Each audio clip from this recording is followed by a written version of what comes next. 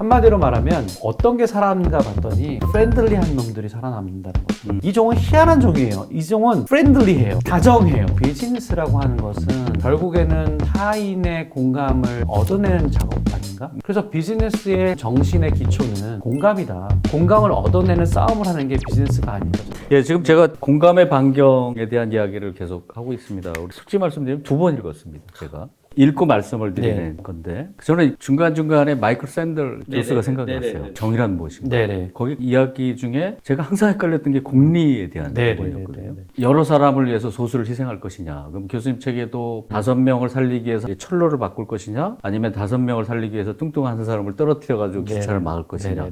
근데 그거에 대한 결론은 얘기 안 하시고 어떻게 하실 것 같으세요? 본인이시면. 트롤리의 딜레마인데 도덕적 딜레마 상황에서 레버를 잡아당겨서 한 사람을 죽게 하지만 5사람 살리는 것은 도덕적으로 정당해 라고 생각하지만 뚱뚱한 사람을 육교에서 밀어가지고 결국 열차가 멈추게 하고 5사람을 살리게 되면 공리주의적인 관점에서는 똑같은 일이죠. 한 사람을 희생시켜서 5명을 살리는 건데 근데 사람들은 어떻게 생각하냐면 레버를 잡아당기는 건 그거 할만해. 근데 뚱뚱한 사람을 미는 거는 그거는 아닌 것 같아. 근데 그건 아닌 것 같다라고 하는 생각은 우리의 직관이잖아요. 도덕적 직관이잖아요. 불편해요. 그렇게 하면 레버를 잡아당기기보다 훨씬 더 그런 건 안 했으면 좋겠는 거죠. 근데 진짜 5명을 살리려면 해야 되죠. 그 예제를 제가 말씀드린 포인트는 뭐냐면 우리는 늘 감정과 직관에 의존해서 의사결정을 하는데 그게 사실은 잘못될 수도 있다. 그게 최선이 아닐 수도 있다. 저는 그 예에서는 밀어야 된다고 생각하는 거예요. 어쩔 수 없이 제가 아무 행동도 안 하면 5명이 죽어요. 근데 그걸 멈출 수 있는 옵션이 하나밖에 없으면 밀었어야 되는 거죠. 오래된 공리주의에서의 사례가 사실은 지금 인공지능에도 같은, 예를 들어서 차가 한 사람을 칠 수밖에 없는 입장인데 좌측으로 돌렸더니 5사람이 있더라라고 하면 과연 이 한 사람을 치게 프로그램을 할 것이냐 아니면 그냥 내비둬서 5사람을 치게 할 것이냐라고 하는 그러니까 아주 굉장히 오래된 것이 지금은 이제 알고리즘으로다가 이렇게 나오게 되니까 아직도 저는 그게 고민이거든요. 사실은. 근데 이제 교수님은 과감하게 더 많은 사람을 살려야 된다.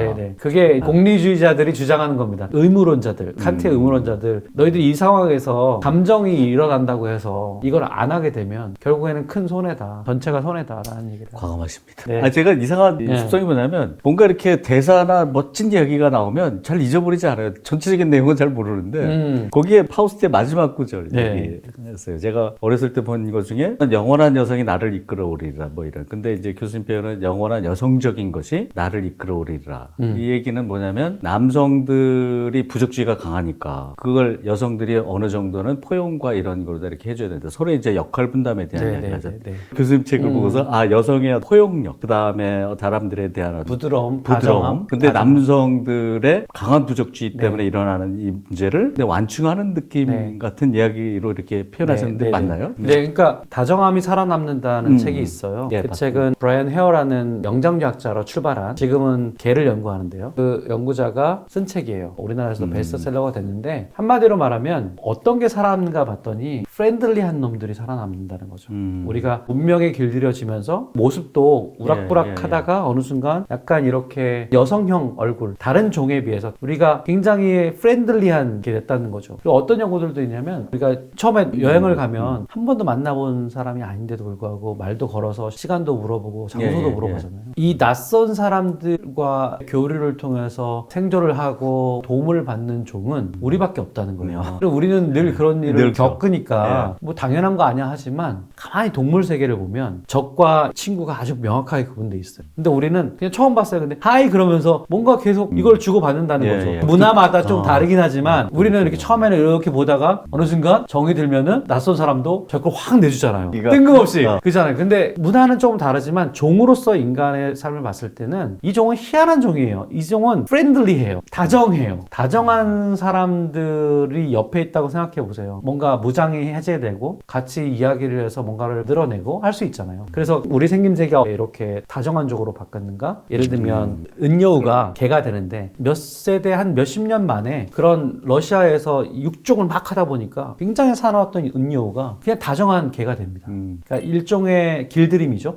인간도 교수님 말씀하신 네. 뜻을 알겠네요. 예. 그러니까 인간은 그렇게 해서 다정하게 됐다라고 하는 거죠. 네. 근데 이제 전쟁도 일으키고. 저는 그래서 맨 마지막 챕터가 예. 엄청 고민하면서 썼는데 그래도 우리에겐 희망이 있지 않는가. 우리의 과거를 보자. 우리가 그렇게 전쟁하고 했지만 결국 여기까지 온 거를 보면 우리가 정말 다정해서 살아남은 게 맞구나. 다정하니까 인간이었구나. 교수님의 그 마지막 문장이 제가 어렴풋이 생각나는 게 인간의 문명을 이룬 것도 다정함이었고 인간의 절멸을 막는 것도 공감이다라고 네. 하는 그런 네. 표현이 있으셨던 네, 거예요. 맞습니다. 그러니까 공감은 문제이면서 해결책이에요. 정서적 공감, 그 다음에 편협한 공감, 선택적 과잉 공감 때문에 우리가 힘들지만 그걸 이길 수 있는 힘은 공감의 반경을 넓히는 방법밖에 없거든요. 말씀을 듣다 보니까 공감의 반경이 물리적 공감도 있고 디지털 공감도 있으니까 네. 좀 선택의 폭도 많아지고 네. 기회도 많아진 거네요. 네네. 전 책 중에 재밌는 표현이 입시를 종교처럼 이렇게 표현하셨던데 팬데믹 기간 중간에 우리나라 왜 고3만 학교에 나가냐 그래서 입시 교육이 너무 많은 거 아니냐 네. 뭐 이렇게 네. 했는데 네. 재밌게 네. 표현하셨더라고요. 네. 네. 네. 그것도 하나의 공감에 뭔가 연결이 되나요? 그렇죠. 그- 우리 사회가 예. 그러니까 왜 우리가 학교를 가야 할까 그 고민을 하게 됐던 것 같아요. 예. 그러니까 우리가 학교를 갈 수 없는 상황이니까 학교는 왜 가야 되지? 이 생각을 하잖아요. 예, 예. 지금은 이제 우리가 학교를 다 가지만 그 당시에 왜 되게 힘들었던 상황을 예, 생각해 예. 보시면 그때 처음에 한 질문이 그거였어요. 누굴 먼저 등교를 시키나 이게 만약에 순서대로 예, 가야 기억납니다. 된다면 예. 처음에는 고3을 등교를 시켰거든요. 왜냐면 고3이 어쨌든 입시가 있으니까 얘네들이 제일 우선순위가 되는 거니까 그러니까 입시 중심인 거예요. 그 당시에 학교를 못 갔을 때 가장 학교가 필요한 아이들을 생각해보면 초등학교 1학년, 그렇죠. 중학교 1학년들 왜냐면 새롭게 들어가서 했으니까. 적응해야 되는데 못하잖아요. 그럼 그런 친구들이 들어갈 수 있게 하고 도와줘야 되는 것이 그 당시 우리 사회가 해야 될 일이었다고 저는 그렇죠, 생각했던 그렇죠. 거죠. 예. 그래서 제가 칼럼을 쓴 적이 있어요. 근데 그것 때문에 바뀌었는지 모르겠지만 몇 달 후에는 1학년들 중심으로 이제 가게 됐더라고요. 제가 그때 칼럼에 썼던 건 아니 고3은 어디 있든지 열심히 지들 하는데 왜 학교를 꼭 가야 됩니까? 걔들 어디 있든지 열심히 합니다. 그랬던 기억이 납니다. 저는 그래서 학교에 가야 된다면 그것은 우정을 배우기 때문이고 학교를 가야 할 학생들이 우정, 친구들을 보기 위해서 공감의 반경을 넓히기 위해서 그런데 후배들이 들으면 굉장히 좋아하지 않을 얘기 입시 교인들이 보시면 별로 좋아하지 않으시려 공부하러 가는 거지 뭐. 예. 공감하고도 아주 깊은 인연이 있다고 이야기를 하신 것 중에 이제 저출산 얘기가 네네네. 있더라고요. 저출산이 저는 비용에 대한 문제, 그 다음에 젊은이들의 자기 인생에 대한 문제 이를 딱 보니까 초경쟁에서부터 네. 시작된 거야라고 이렇게 하셔서 저출산 문제를 대책을 하시는 분들을 위해서 한마디 네. 좀 하시죠. 이건 제가 사실은 연구를 한 부분이에요. 연구 보고서도 썼고 그리고 정책적으로 반영될 수 있도록 저희도 노력을 많이 했는데 어떤 연구가 있냐면요. 자기 주변에 얼마나 개체가 많은지에 따라서 동물은 자식을 지금 낳는 게 좋을까? 아니면 조금 있다가 낳는 게 좋을까? 출산에 대한 의사결정을 자기 주변의 어떤 개체들 간의 밀도, 우리 지금 인구 밀도죠. 너무 바글바글하면 나봤자 소용이 없잖아요. 그렇죠. 원하고 때문에. 그 생존이 어렵죠. 근데 조금 널널하면 나면 얘가 자원들을 얻을 수가 있는 거죠. 그래서 동물의 세계에서 보면 딱 두 가지로 나뉩니다. 빨리 자식을 낳고 엄청 낳게 되는 그런 경우가 있고요. 첫 출산이 되게 늦어요. 조금만 낳아요. 이런 전략을 취하는 데가 있어요. 이거를 슬로우 전략이라고 합니다. 그러니까 느린 전략. 우리 인간은 느린 전략에 속해요. 근데 인간의 사회에서도 이런 본능이 동일하게 작동합니다. 예를 들면 주변에 사람이 많으면 인구 밀도가 높으면 실제로 출산율이 떨어집니다. 저희가 실험실에서 전국의 구를 다 연구를 해봤어요. 전국의 시, 도, 군 다 해서 인구 밀도들이 다 있잖아요. 진짜 밀도가 높으면 출산율이 떨어지는 것 봤더니 떨어집니다. 그리고 인구 밀도가 높을수록 여성의 초혼 연령이 높아져요. 출산을 미룬다는 뜻이죠. 그거 저희가 확인했어요. 그러니까 우리도 동물이에요. 우리 주변에 얼마나 많은 개체들이 바글바글 거리느냐가 출산 동기를 떨어뜨립니다. 저출산 문제를 해결하기 위해서 결국 출산의 동기가 있어야지 출산하고 싶어야지 애를 낳을 거 아닙니까? 그럼 출산 동기를 낮추는 게 뭐고 높이는 게 뭔지를 생각해 보셔야죠. 그래서 여러 가지를 얘기할 수 있는데요. 왜 주변에 사람들이 많으면 출산의 동기가 떨어지고 애를 나중에 낳으려고 하냐면 결국에는 아 여기 경쟁이 있구나. 경쟁에 대한 지각이에요. 우리 어렸을 때보다 지금 아이들이 훨씬 더 잘 사는 나라에 살고 있잖아요. 우리 경제 대국입니다. 근데도 우리의 젊은이들은 헬조선이라고 해요. 저는 처음에 그게 이해가 안 됐어요. 얘네들 진짜 배가 불렀구나. 이렇게도 생각을 했었습니다. 근데 가만히 연구를 해보니까 그게 아니고 우리 때는요 중학교 고등학교 가면서 사람들이 굉장히 다양한 루트로 뻗어나갔죠. 고등학교만 졸업하고도 잘 살았어요. 뭐 할 일도 많았고요. 그 얘기는 무슨 얘기냐면 고등학교 졸업하고 모두 다가 대학을 가진 않았습니다. 대학 진학률이 높았긴 했지만 지금은 거의 100%가 수능을 보잖아요. 그러면 인구가 아무리 줄었어도 내 주변에 있는 친구들이 나랑 같이 공부했던 친구들이 다 경쟁자인 거예요. 경쟁 지각이 올라가죠. 똑같은 시간에 수많은 사람들이 똑같은 가치를 가지고 싸우고 있는 겁니다. 그러니까 경쟁 지각은 예전보다 훨씬 높아졌다고 생각해요. 이건 경제 수준이 좋아졌고 안 좋아졌고와 상관없는 겁니다. 거죠. 시간적으로 그렇죠. 공간적으로도 볼까요? 서울과 서울 수도권과 서울 수도권이 아닌 지역으로 완전히 구분되지 않습니까? 서울과 수도권에는 엄청난 공간의 밀집이 있어요. 거의 2천만이 살고 있잖아요. 반 정도가 살고 있거든요. 그러면 경기도 서울에는 더 청년주택을 져주고 이러는 순간 어떤 일이 벌어지면 더 사람들이 들어오죠? 더 주변에 사람들이 많아져요? 출산이 더 떨어집니다. 그건 증명된 거예요. 그러면 어떻게 해야 되느냐? 지방에서 좋은 직장과 좋은 학교들을 만들어서 내려가서도 이 안에서 충분하게 자족적인 도시가 될 수 있도록 만들어줘야 되는 거예요. 그러니까 지방 소멸을 막아야 되는 것이고, 그 다음에 수도권의 과밀을 막아야 되는 것이고, 우리가 동물로서 그런 경쟁 지각을 하는 것을 그 이유를 잘 알아야 되거든요. 그걸 막아주면 하지 말라고 해도 자녀를 낳게 돼 있습니다. 예, 그런데 우리가 공감을 하는 것과 행동을 하는 것도 다르잖아요. 책에도 크루드족 그 3살 어린이가 이제 해변에서 그래서 유럽에서 난리가 나가지고 근데 바뀌는 거는 아니었다. 네네. 사실 그게 행동으로도 표현이 돼야 되는데 지금 교수님하고 저하고도 공감을 했지만 그게 또 행동으로 표현되는 게 좀 어렵고 그리고 생각이 같다고 해서 행동이 같을 수는 없는 그런 입장도 있고 그러니까 이 부분이 굉장히 어려운 부분인데 이게 행동으로 다 뭔가 나오려면 새로운 이벤트가 있다든지 행동하는 또 다른 그룹이 있다든지 해야 되는데 우리 젊은이들이 갖고 있는 좌절감과 고통을 우리가 알고 있잖아요. 결혼하기도 힘들고 결혼해서 애를 낳기는 더 힘들고 이게 사실은 우리 전 세대가 공감해야 될 문제거든요. 그래야지만 해결할 수 있는 문제거든요. 통계 나오면 감정이 한몫 일죠. 하지만 제가 이 책에서 얘기했듯이 크루디가 그런 끔찍한 사진을 보고 우리가 야, 이 문법 바꾸자 했는데 몇 년 만에 다시 돌아갔고 결국에는 아주 집요함과 집념과 끈기를 가지고 인지적으로 행동적으로 공감을 해야지만 이 문제를 해결할 수 있다 말씀드렸잖아요. 이 문제도 마찬가지인 것 같아요. 우리 저출산 문제도 어떻게 해결할 것인가를 깊이 연구해야 되죠. 그런 다음에 그 해결책을 위해서 누가 뭐라고 해도 그 정책을 밀고 나가야 되는 거잖아요. 호주제 폐지된 사건도 70년이 걸렸어요. 말도 안 되는 호주제를 폐지하는데 수많은 사람들이 정말 행동적인 공감을 했기 때문에 그 일이 벌어진 거거든요. 그러니까 이건 제도적인 정치적인 모든 문제들을 총동원해서 이 문제를 집요하게 해결해야 된다고 생각하고 그런 것들이 저는 가능하다고 생각이 들어요. 영리하게 하는 거라고 생각해요. 돈을 171조요? 137조인가 140조 같은. 그러니까 금을 쏟아붓고도 더 악화됐지 않았습니까? 합계 출산이 0.7 몇이에요. 전 세계에서 이렇게 초저출산 없거든요. 그리고 이게 계속 지속되는 나라도 없습니다.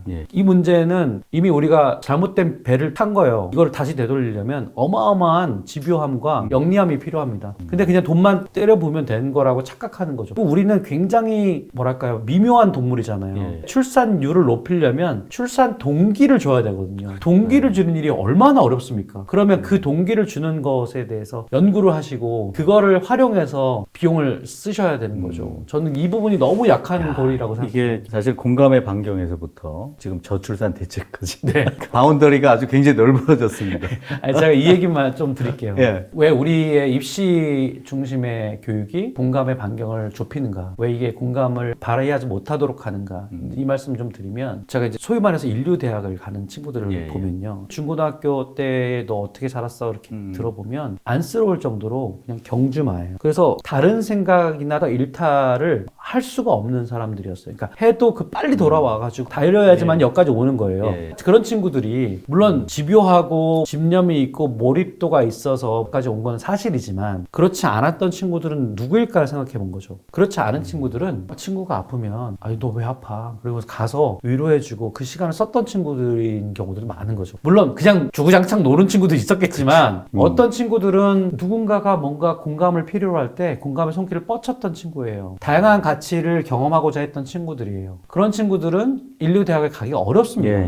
현실적으로 지금 이런 구조가 되고 있다 보니까 입시 중심의 교육제도라는 게 얼마나 인간을 비인간화하는가, 우리를 비인간화하는가, 공감의 반경을 넓히면서 충만한 인간으로서 성장하는 건데 다양한 가치들을 겪으면서 자기의 우물한 개구리에 자기의 알을 깨는 것이 인간적인 경험인데 그걸 잘 안 하는 친구들, 그런 친구들이 입시에 성공한다면 이 사회는 좋은 사회는 아닌 거죠. 교수님의 말씀을 입시 교인들이 좀 들으셔야 되는데 제가 공감의 반경이라고 하는 이 책을 통해서 지금까지 역사적으로 했던 공감 얘기에서부터 디지털 공감 얘기까지 근데 기업에서도 그런 얘기가 네. 있습니다. 이 IT 쪽에서는 네. 한 번 죽어가는 기업이 다시 살아나는 전례가 별로 없어요. 아, 네네. 근데 마이크로소프트가 아주 대표적인 네. 케이스인데 사티아 나델라 사장이 들어오면서부터 누가 인터뷰를 했답니다. 뭐라고 인터뷰했는데 도대체 어떻게 이렇게 회사를 세웠어 그랬더니 우리가 가지고 있는 공감의 문화를 가지고 다시 일어났습니다. 이렇게 얘기를 했대요. 야, 진짜 멋진 말인데 곰곰이 생각해보니까 그 전 CEO였던 스티브 발머가 사실은 공감이나 소통 없이 그냥 전횡을 저질렀던 것 때문에 기업이 이 망하기 일보 직전에 나델라가 들어와서 이 공감을 가지고서 기업을 이렇게 키운 거구나. 그래서 제가 보니까 공감이라고 하는 것이 기본적으로 소통을 하고 경청을 하고 협력을 하는 그런 기본이었다. 그래서 이게 이제 공감이라고 하는 것이 기업을 키우는 것도 하나의 코드구나. 결국 비즈니스가 뭘까? 물론 비즈니스를 여러 가지로 정의하시겠죠. 근데 저는 이렇게 정의하고 싶더라고요. 비즈니스라고 하는 것은 결국에는 타인의 공감을 얻어내는 작업 아닌가? 예를 들어 우리가 어떤 서비스를 런칭했다는 것은 유저들이 공감을 이끌어내야지 그들이 비용을 지불하고 이 서비스를 쓰잖아요. 우리가 이런 문제가 있었는데 이런 문제를 얘기가 해결해 주네? 나는 여기에 돈을 주고 살 만한 의미가 있어. 이게 결국 공감을 얻어내는 일이잖아요. 그래서 비즈니스의 정신의 기초는 공감이다. 공감을 얻어내는 싸움을 하는 게 비즈니스가 아닐까 저는 그런 생각이 들더라고요. 아까 마이크로소프트 말씀하셨는데 저희 회사도 문화를 갖고 있는데 그중에 세 번째인가가 다정하게 일하고 해요. 다정하게라는 것은 그 사람이 뭘 필요하는지 공감을 하는 거거든요.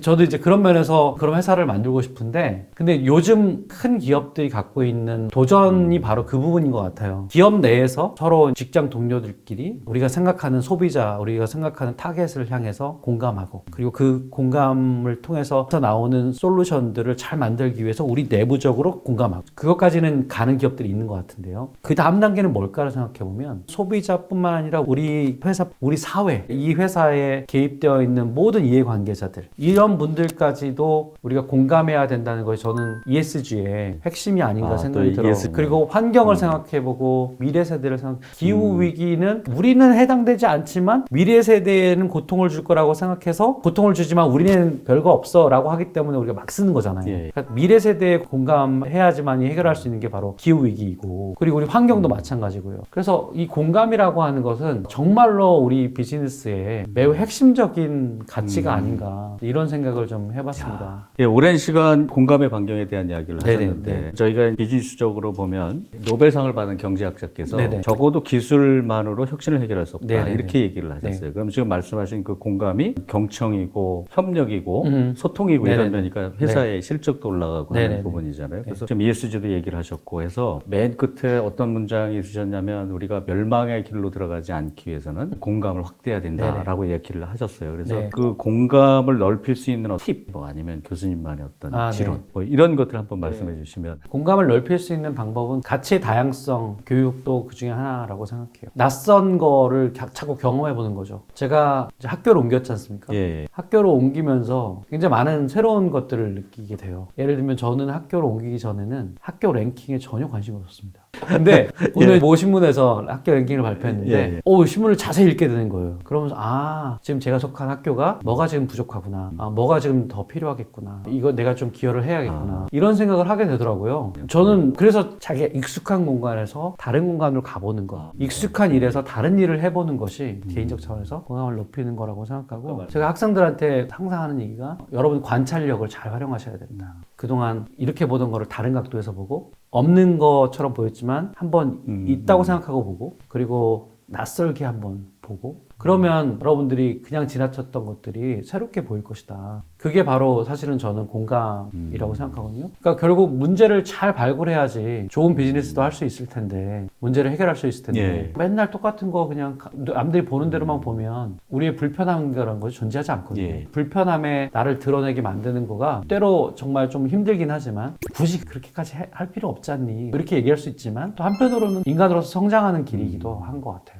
오늘 교수님과의 말씀 중에 제가 공감의 폭을 굉장히 넓힌 것 같습니다. 불편하게 하라라고 하는 것도 저한테는 굉장히 좋은 말씀이셨고요. 새로운 환경에 접해야 되는 그 아마존 리더십 비 큐리어스라고 네네네. 호기심을 네네. 갖고 좀 달리 네. 보라. 저는 오늘 교수님께서 하시는 이 모든 이야기가 입시하시는 분 아니면 출산에 대한 문제 기업하시는 분들 또 우리 이 사회 각계 각층에서 이 공감의 폭을 좀 넓힐 수 있는 물론 그것이 내부적으로 원심력 구심력이 다 잘 작용하는 그런 사회가 좀 됐으면 하는 바람으로서요. 저는 최근님 동의하실 거라고 생각하는데 비즈니스도 인간이 하는 것이고 이런 주제를 다뤄야 된다고 생각하거든요. 여러분 오늘 늦은 시간까지 오랫동안 시청해 주셔서 너무 감사하고요. 오늘 멀리까지 오신 아이, 교수님 감사합니다. 너무 감사합니다. 감사합니다.